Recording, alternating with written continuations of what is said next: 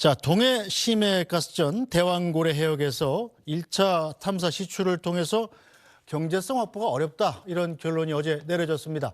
정치권의 논쟁이 뜨거워지고 있는데요. 이 대왕고래 프로젝트는 윤석열 대통령이 이례적으로 첫 국정 브리핑을 통해서 직접 발표했던 사안이었습니다. 당시 영상부터 보겠습니다.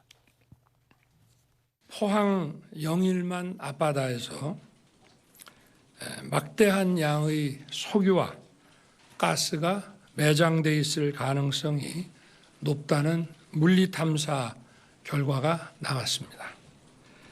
국민 여러분께 이 사실을 보고드리고자 합니다.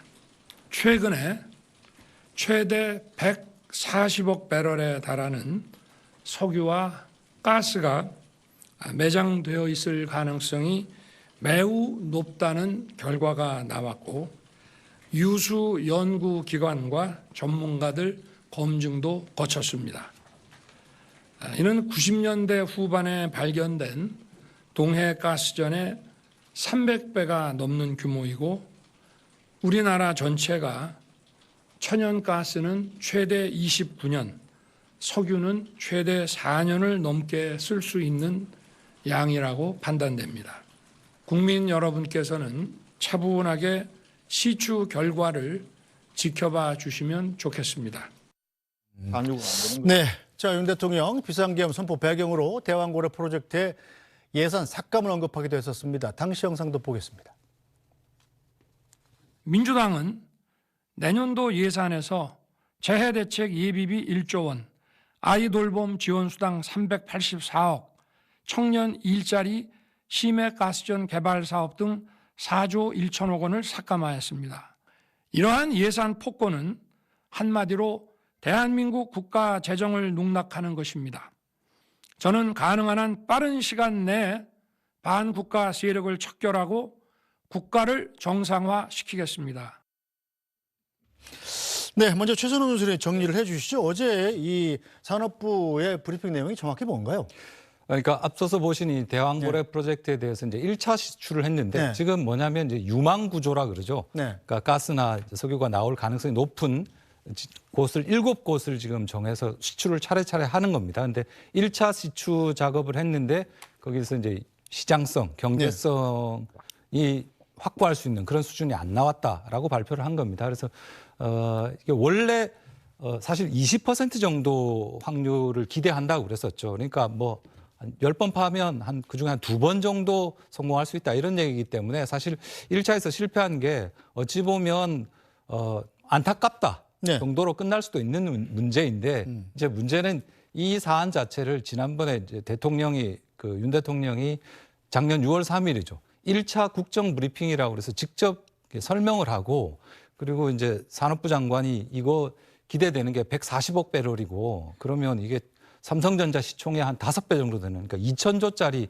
경제 효과가 기대가 된다라고 어떻게 보면 굉장히 이제 바람을 많이 넣은 겁니다.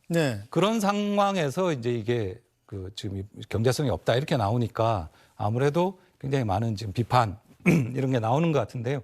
일단 남은 6곳에 대해서도 일단 시추를 진행하겠다라는 건데, 문제는 이제 이게 한 번 파는데 1,000억 정도 들어갑니다. 그러니까 예산에 문제가 생기잖아요. 그래서 이 예산을 국회에서 제대로 받을 수 있겠는가, 이런 문제가 생기고, 그래서 산자부는 일단 해외 시추 업체들한테 한번 투자를 받는 이런 방안까지도 모색하겠다라고 했는데, 어쨌든 지금 기세는 좀 꺾인 그런 상황입니다. 네, 실제로 동해바다에서 가스나 석유가 나와서 우리가 산유국이 되면 얼마나 좋겠습니까마는, 자, 양당의 입장 극명하게 엇갈리고 있습니다. 지금부터 들어보죠. 여당은 추가 시추를 해봐야 된다는 입장인 거죠? 그럼요.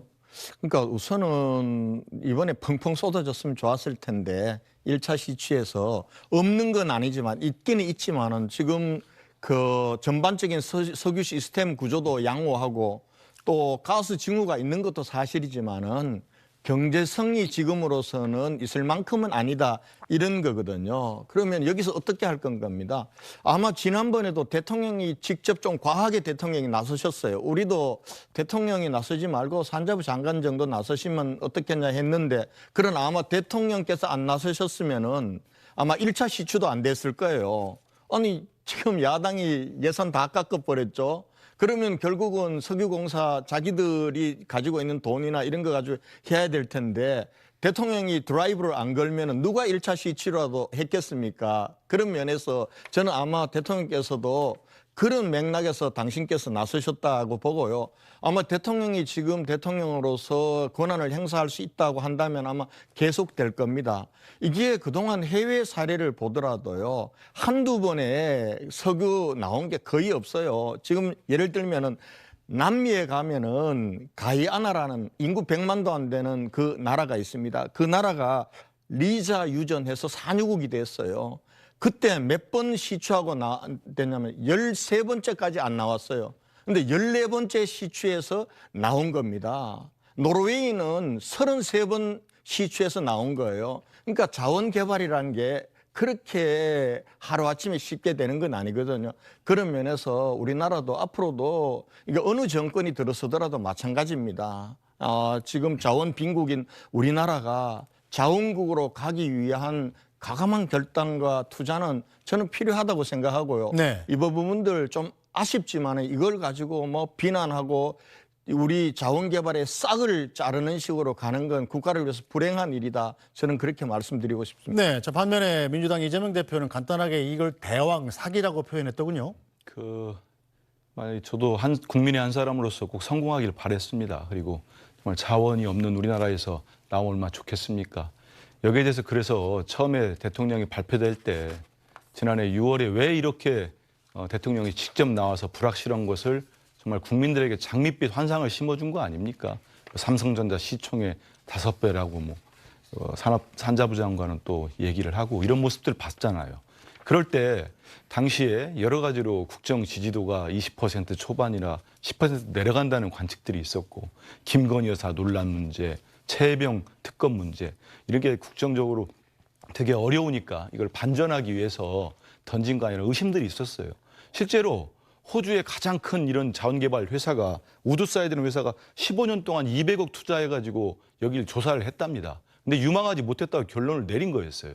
이게 다 언론에 보도된 내용들입니다. 근데 대통령이 대왕고래 프로젝트 발표하자마자 미국의 1인 기업, 자기 집에 사무실 두고 있는 1인 기업 액트지오입니까? 여기에서 이 자료 가지고 지금 파겠다, 생산성이 있다 이렇게 발표한 거 아닙니까? 논란이 지속돼 왔었습니다. 겨우 이 정도 되면은 저는 대왕고래 사격이라는 말이 맞습니다. 지금 1,000억 원이 투자됐습니다. 제가 당 대변인으로 맡고 있다 보니까 오늘 점심에 제가 기자분 여러분하고 이렇게 몇 명하고 식사를 했어요. 그런데 집권당 지도부가 더 파겠다 하니까 그때 반응이 뭔 줄 압니까? 자기 돈으로 팔아. 네 돈으로 팔아 그러더라고요. 기자분들 모두가. 그게 국민 여론입니다. 그러면 이런 사기극이라는 비난이 나오고 이런 지적이 나오면 적어도 집권당이라면 정말 양심이 있다면 국민들에게 사과부터 시작하는 거예요. 이렇게 대통령이 이렇게 잘못해가지고 이렇게 또 실망을 드려 죄송합니다. 이런 문제가 있었으니까 제대로 밟아가겠습니다. 정말 이런 예산 그대로 놔뒀으면 국민 세금 또 들어갑니다. 그런데 이 집에는 뭐라고 했습니까? 어디 정부가 해외로 투자를 받는다? 정말 여기 투자할 기업이 있을까요? 해외에서? 지금이라도 좀 정신을 차리고 국민들 세금이 자기 돈이면 이렇게 하겠습니까? 이게 쌈짓돈입니까? 네. 국민 세금이 이렇게 못 씁니다. 네. 제발 좀 자중하십시오. 좀. 네. 정치권에서 합리적인 결론이 나오길 좀 기대해 보겠습니다.